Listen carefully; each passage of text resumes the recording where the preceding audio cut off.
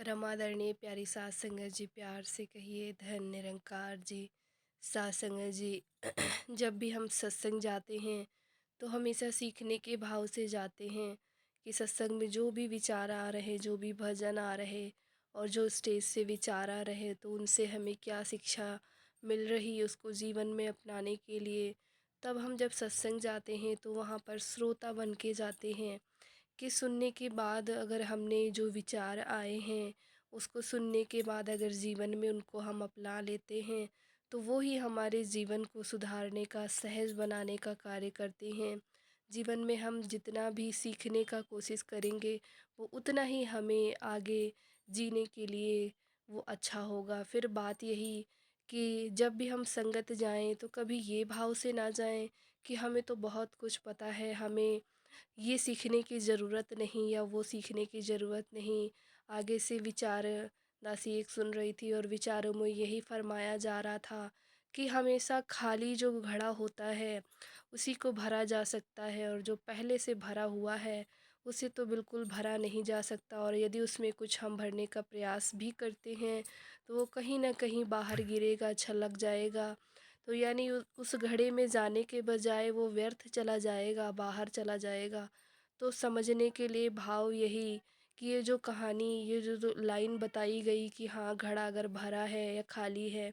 इन दोनों का मीनिंग, कहने का जो सेंस है वो क्या है, तो वो यही है कि अगर घड़ा भरा रहेगा, यदि आपको लगता है कि आप पहले से सब कुछ जानते हैं और आपको और जानने की आवश्यकता नहीं है, तो कहीं ना कहीं ये हमारे अंतर मन में अहंकार का एक जो छोटा सा बीज है वो मेरे मन में उत्पन्न हो रहा। और जब बीज अहंकार के पड़ ही गए हैं तो कहीं ना कहीं वो फलित भी होंगे, बड़े भी होंगे। तो इस अहंकार को हमें यहीं पर मिटा देना है कि हमें तो अभी बहुत कुछ सीखना है। जीवन में बहुत सारे लक्ष्य ऐसे जो सदगुरु ने दे रखे हैं उनको हमें प्राप्त करने हैं।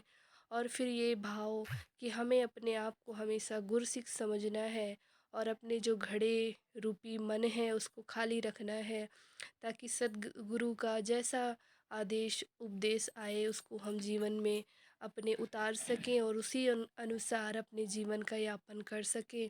और फिर भाव हमेशा मन में यही रखें कि हमेशा अपने घड़े को खाली रखें, ताकि सदगुरु उसमें जो भी दे वो हमेशा उसमें समाहित हो, उसके अंदर निहित हो, उसके बाहर छलक कर बह ना जाए। तो ये बातें हमें मन में ध्यान रखनी कि सदगुरु तो हमें बहुत कुछ देना चाह रहे हैं, लेकिन कहीं हम अपने आप को सर्वदाता सर्वज्ञानी तो नहीं समझ रहे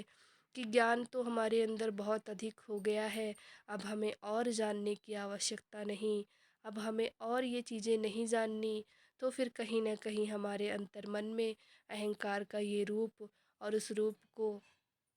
आगे बढ़ावा नहीं देना, बल्कि इस रूप को यहीं पर इसका अंत कर देना। और सदगुरु की जो सिखलाई है उसको जीवन में अपनाते हुए सेवा, सत्संग और सिमरन। कहते हैं कि पिछले साल में किसी ने कहा कि पिछले साल में जो गलतियां हुई वो आगे से ना हो, और जितनी संगतें मिली हैं पिछले साल उनसे ज़्यादा संगतें हों, सेवा उनसे ज़्यादा मिले, सिमरन उस साल से ज़्यादा मिले,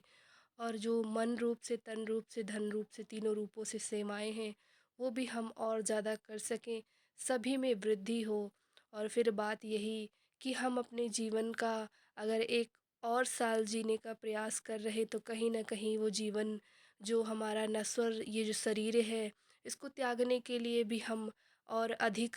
पास पहुँच रहे, निरंकार से मिलने के लिए, एकमिक होने के लिए हम और ज़्यादा यहाँ पर नज़दीकियाँ हमारी इससे बढ़ती जा रही। ऐसे अनुभव को मन में हमें प्राप्त करना, तो ये जो सिखलाई है वो हमें सदगुरु द्वारा ही मिलेगी और मिल रही है। तो जीवन में ऐसी ही सीख को जीने का प्रयास करें, और ऐसा सीख, ऐसी जो मन की भावनाएं हैं वो हमारी भी बनी रहें। प्यारी सात संगत जी, धन निरंकार जी।